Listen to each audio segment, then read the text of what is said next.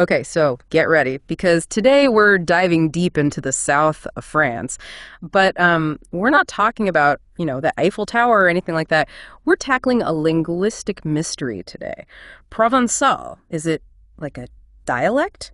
Or is it its own language with a life of its own? Ah, Provençal. Yeah, it really is a puzzle, isn't it? And you're right, it goes way beyond just, academics debating in their ivory towers. This gets into some pretty big questions like identity, culture, and how do we even decide what makes a language in the first place? That's a great point. Even I have to admit, when I hear Provençal, I'm picturing like lavender fields and sunshine, not exactly a battlefield for, linguistic supremacy. And yet, that's where we have to start, right? With those sun-drenched images of Provence, that's where you'll hear Provençal spoken, although it kind of spills over into places like Drôme-and-Gard, too.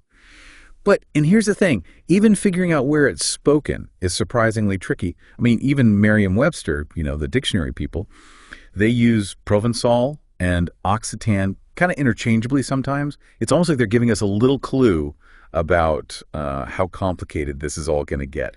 Okay, wait, back up a sec. Occitan, so we're actually talking about Provençal as like a piece of a larger language puzzle here. Exactly. Provençal is part of this whole family of languages called, the Occitan language family.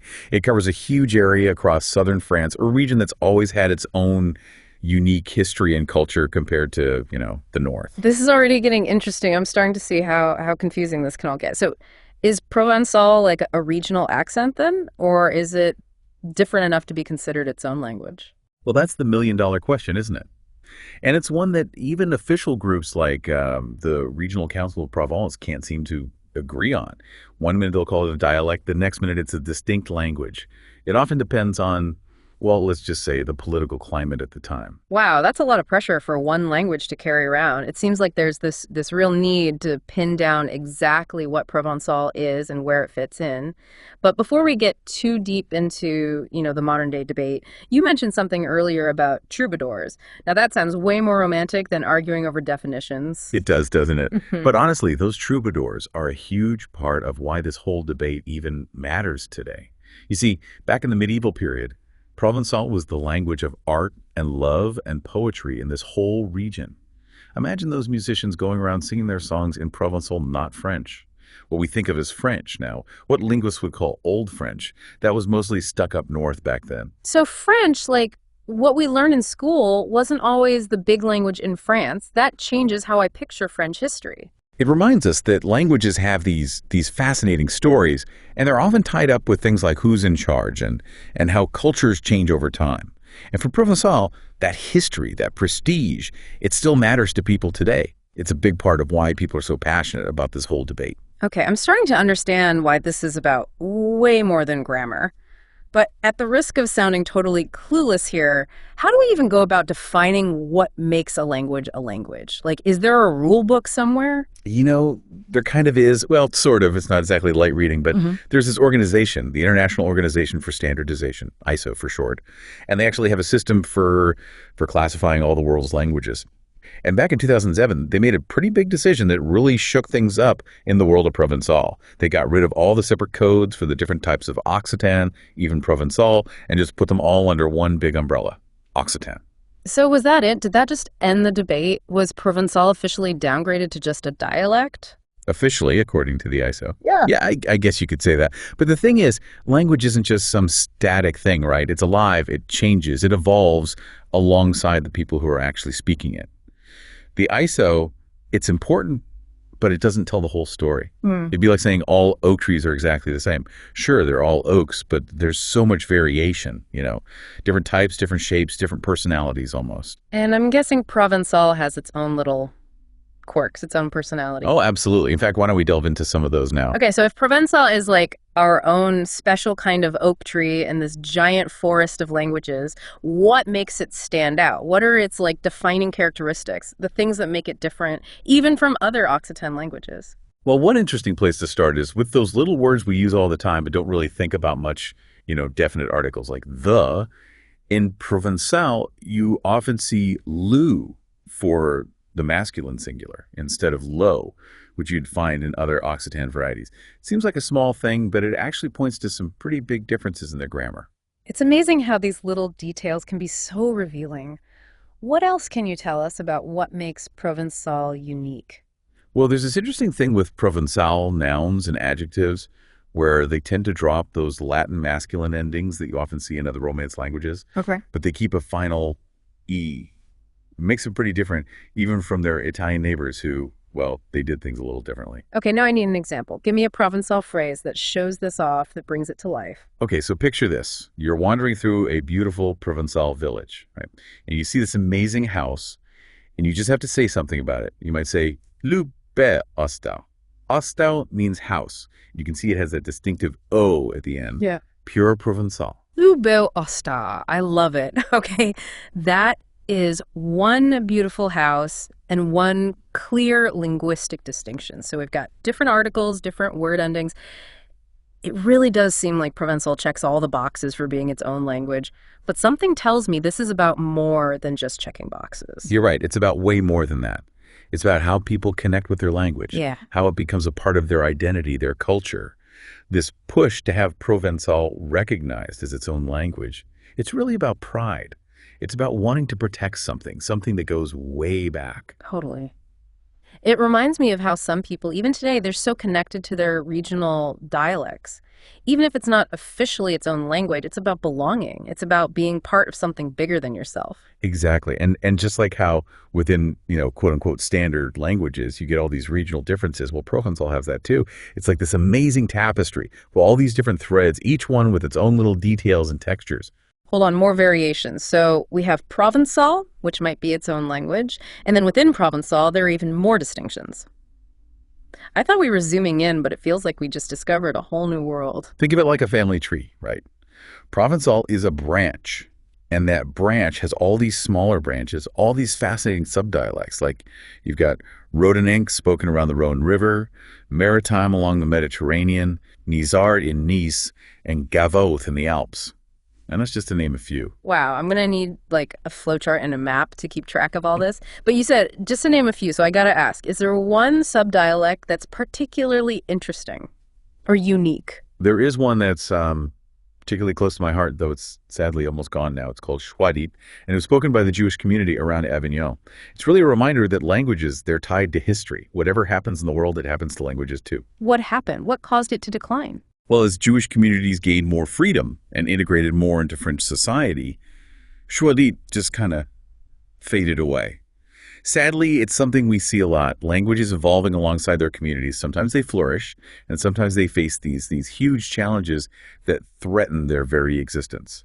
It makes you think about languages differently, you know? They're not just these fixed things in textbooks. They're always changing, always reflecting what's happening in the world around them.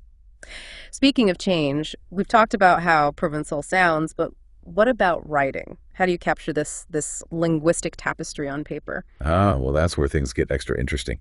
Provençal actually uses two main writing systems, or orthographies, Mistralian and Classical. It's kind of like how we have different ways to spell some words in English, like color versus color. They look different, but when you say them out loud, it's the same word. Same with Mistralian and Classical. There's just two different ways of writing down the same spoken language.